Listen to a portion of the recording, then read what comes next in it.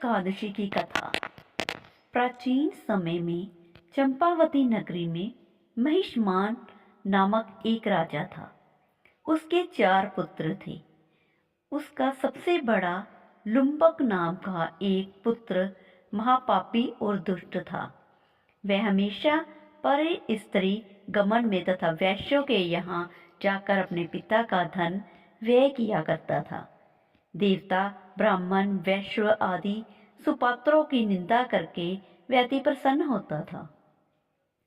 सारी प्रजा उसके कुकर्मों से बहुत दुखी थी, परंतु युवराज होने के कारण सब चुपचाप उसके अत्याचारों को सहन करने को विवश थे और किसी में भी इतना साहस नहीं था कि कोई राजा से उसकी शिकायत करते। परंतु बुराई अधिक समय तक पर्दे में नहीं रहती। एक दिन राजा महिष्मान को लुम्बक के कुकर्मों का पता चल ही गया। तब राजा अत्यधिक क्रोधित हुआ और उसने लुम्बक को अपने राज्य से निकाल दिया। पिता द्वारा त्यागते ही लुम्बक को और सभी ने भी त्याग दिया। अब वह सोचने लगा कि मैं क्या करूं, कहाँ जाऊं।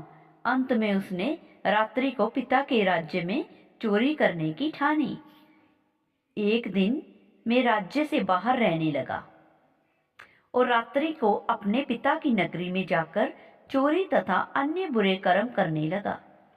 रात में वह जाकर नगर के निवासियों को मारता तथा कष्ट देता। वन में वह निर्दोष पशुओं को मारकर उसका भक्षण किया करता था।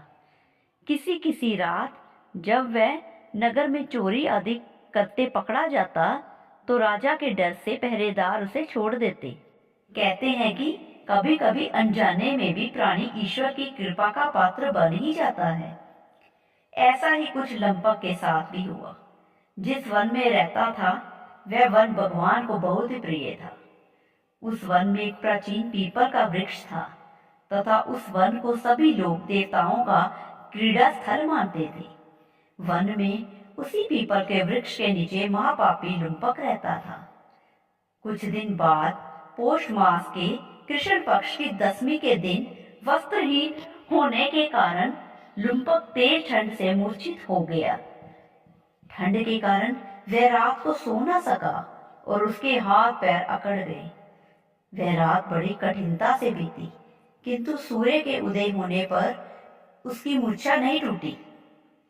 वह ज्यों का त्यों ही पड़ा रहा। सफला एकादशी की दोपहर तक वह पापी मूर्छित ही पड़ा रहा।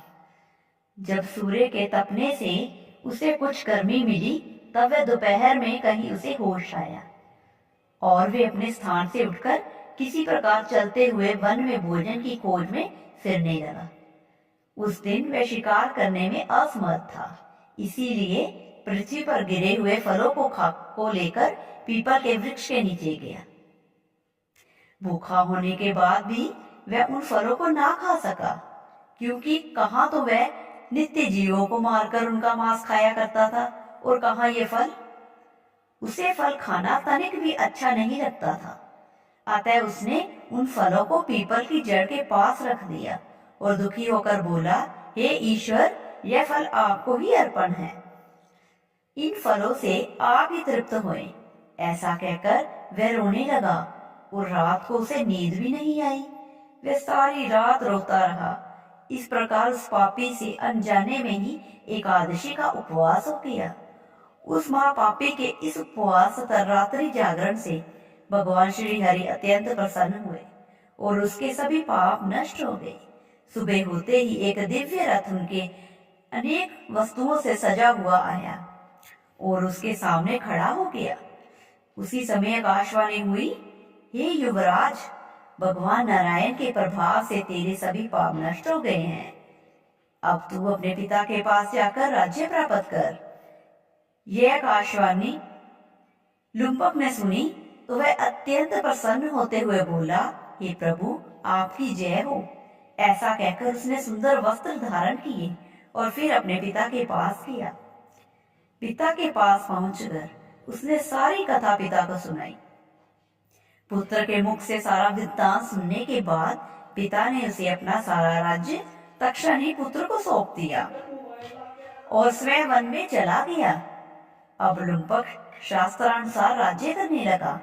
उसके स्त्री पुत्र आदि भी श्री विष्णु के भक्त बन गए। वृद्धावस्था आने पर वह अपने पुत्र को राज्य सौंप कर भगवान का भजन करने के लिए वन में चला गया और अंत में परम पद को प्राप्त हुआ। हे पार्थ, जो मनुष्य श्रद्धा व भक्ति पूर्वक इस सफला एकादशी का उपवास करते हैं, उनके सभी पाप नष्ट हो जाते हैं और अंत में मुक्ति को प्राप्त होते हैं।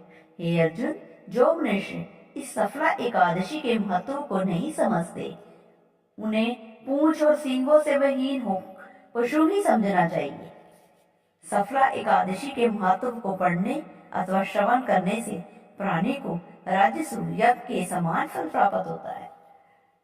दोस्तों, अगर आपको मेरी ये वीडियो पसंद आई हो तो चैनल को लाइक एंड सब्सक्राइब जरूर करें और बेल नोटिफिकेशन को भी ऑन करें, जिससे मेरी आने वाली और भी वीडियो की नोटिफिकेशन आपको मिल सके।